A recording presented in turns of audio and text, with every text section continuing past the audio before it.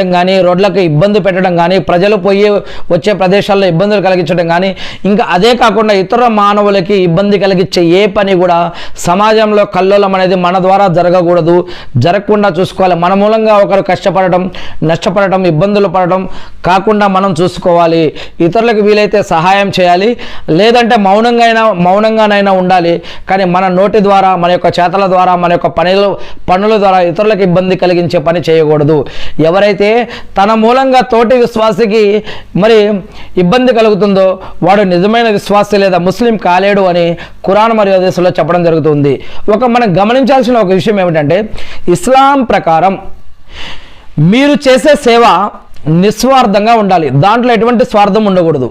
అంటే కేవలం అల్లాహ్ని సంతోషపెట్టడం కోసం, నేను చేసే ఈ పనిని అల్లాహ్ స్వీకరించాలి, నేను చేసే ఈ యొక్క పని ప్రతిఫలం అల్లాహ్ వద్ద నాకు దొరకాలి అనే ఉద్దేశంతో మాత్రమే మనం దాన ధర్మాలు, సదకా ఖైరాతులు, జకాతులు, హజ్జుమ్రాలు, నమాజులు, ప్రార్థనలు ఏవి చేసినా కూడా, సమాజ సేవ చేసినా కూడా పరుల నుంచి ఆశించి, ప్రజల నుంచి ఆశించి, సమాజం నుంచి ఆశించి మనం ఏమి చేయకూడదు. ఆ దేవుని నుంచి ఆశించి మనం ఏదైనా పని చేయాలి.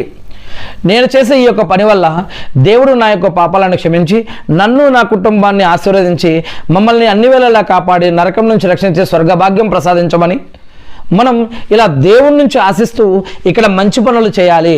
ప్రజల నుంచి పేరు, ప్రఖ్యాతలు, పదవి, అవార్డులు, సర్టిఫికేట్లు, బిరుదులు, ఇటువంటి ఫంక్షన్లు, పార్టీలు, ఇటువంటి వాటి కోసం మనం చేయకూడదు.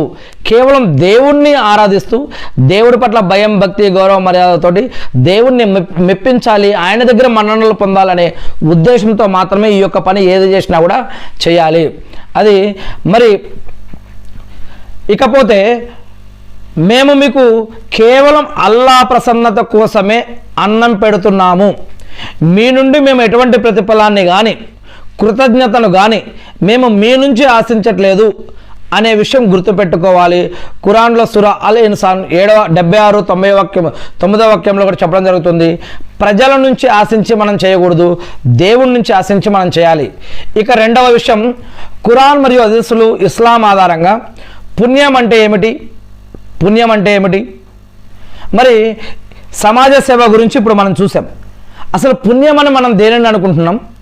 దేవుడు పుణ్యమని దేనిని చెప్తున్నాడు? ఇస్లాం ధర్మం ప్రకారం అల్ బిర్ అంటే నేకీ అనేది కేవలం కొన్ని ఆచారాలకు పరిమితం మాత్రమే కాదు.